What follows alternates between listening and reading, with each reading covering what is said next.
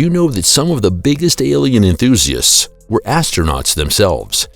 Countless space travelers have experienced terrifying things that make our blood run cold. Because let's be honest, how would you react if you saw a bizarre creature out there that made you question your own sanity? If your heart is beating up to your neck and it was knocking on your spacecraft from outside, how would you tell the public about your experience later? And more importantly, would others even believe you? Do you realize that the foundations of manned space travel were laid by animals? Long before the dog Laika was launched into orbit, a swarm of fruit flies scratched the edge of space in February 1947. Other involuntary space pioneers included monkeys, cats, mice, turtles, and microbes. And lo and behold, the U.S. astronaut Story Musgrave also claims to have spotted an animal on his trips into space. But it was very different from all the creatures we know from Earth. While Musgrave was in the service of NASA from 1967 to 1997, he was the only astronaut to set off into space on all 5 space shuttles. The encounter with the creature, or should we say bizarre something, which Musgrave later recounted, he described as follows. On 2 missions, and I still can't explain it, I saw a snake out there. It was between 1.8 and 2.5 meters long, and kind of rubbery because it had inner waves. The snake followed me for quite a long time. The more you flew in space, the more incredible things you see out there. And that gives you the certainty that there are other creatures out there. Some are rather primitive, very simple single-celled organisms, but others are advanced civilizations that have existed for millions of years. They do things that we can't even imagine. In an interview with Forbes magazine, the former space traveler reaffirmed his personal convictions. Asked what he thinks about the topic of extraterrestrial life, his answer was, "There are millions, if not billions of them out there. We think that we are the center of the universe, that everything revolves around the Earth. But according to statistics, there are billions of planets on which biological life exists. If they've taken care of themselves, they had millions of years to evolve and produce technology that enables interstellar travel." At this point, the reporter wanted to know exactly, have aliens ever visited Earth? Musgrave replied, "I keep an eye out for them and I pray they come, but there just isn't enough evidence." But why would they come to Earth after all? There are more promising destinations. If you look at the number of wars, the history of humanity and its relationship with itself, there's nothing for them to learn from us here. What Armstrong really said. Everyone has their own beliefs, and while some don't know much about religion, others are convinced that nothing in the universe happens by chance, but is guided by a higher power. Maurice Chatelain is also of the opinion that mankind is by no means the result of a whim of nature. After his time at NASA, Chatelain published the book Our Cosmic Ancestors, in which he claimed that the cultures of antiquity were regularly visited by extraterrestrials and significantly influenced by them. The evidence of his controversial thesis would lie dormant in the visual and mathematical symbols that the galactic visitors left behind in the pyramids, Stonehenge, and the like. However, this is by no means the only controversial claim with which Chatelain has hit the headlines. In Our Cosmic Ancestors, it is also stated that Neil Armstrong experienced something on the moon that was so shocking that it has been kept from the public ever since. While the groundbreaking event was being watched by more than 500 million television viewers, the radio link to Earth was lost for around 2 minutes. Officially, this was for technical reasons, but unofficially, some NASA employees claimed to have heard the incredible words that cut the silence. Allegedly, the terrified Armstrong whispered at that moment, "These babies are huge, sir, gigantic. Oh God, you wouldn't believe it. I'm telling you, there are other spaceships out here lined up on the other side of the crater. They're on the moon and they're watching us." Who or what knocked on the spaceship? Yang Liwei has immortalized himself in the history books of his home country for all time. On October 15th, Yang Liwei set off into space aboard Shenzhou 5 spaceship, becoming the first Chinese space traveler ever. And yet the celebrated national hero experienced something on his mission that has the potential to haunt our nightmares.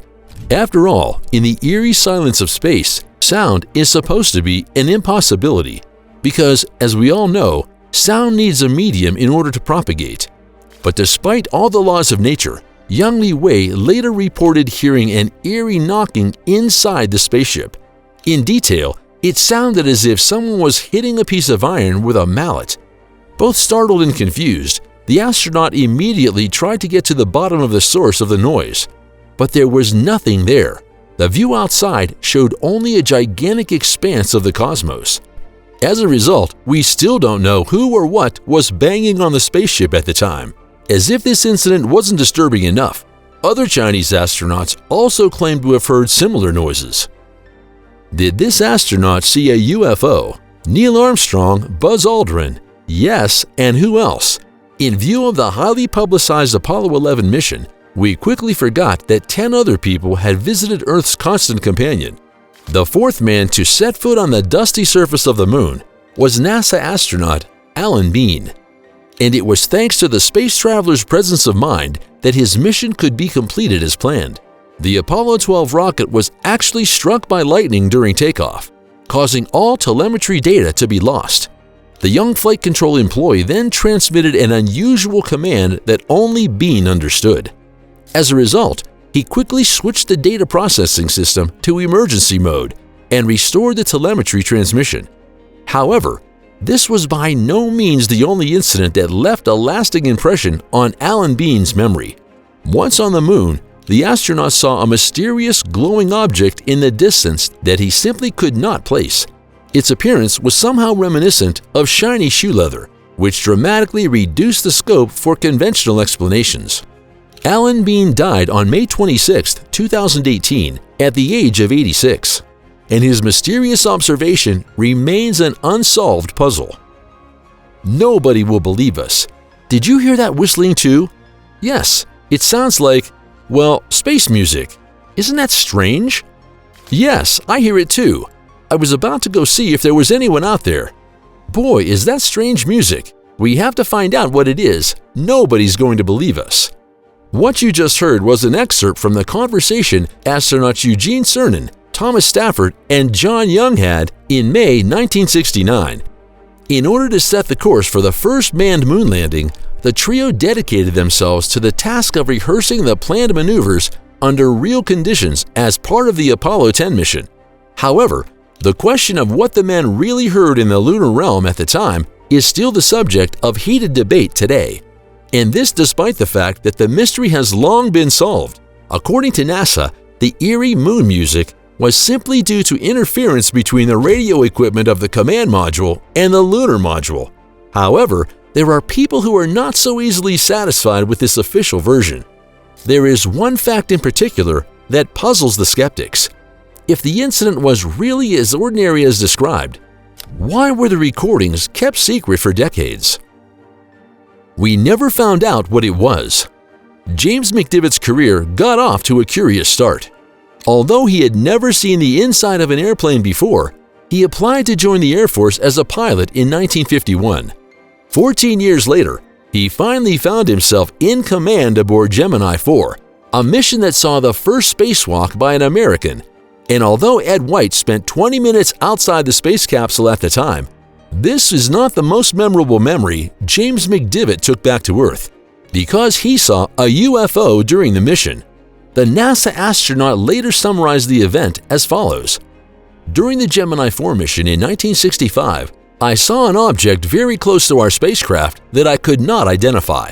To me, it looked most like the stage of another rocket.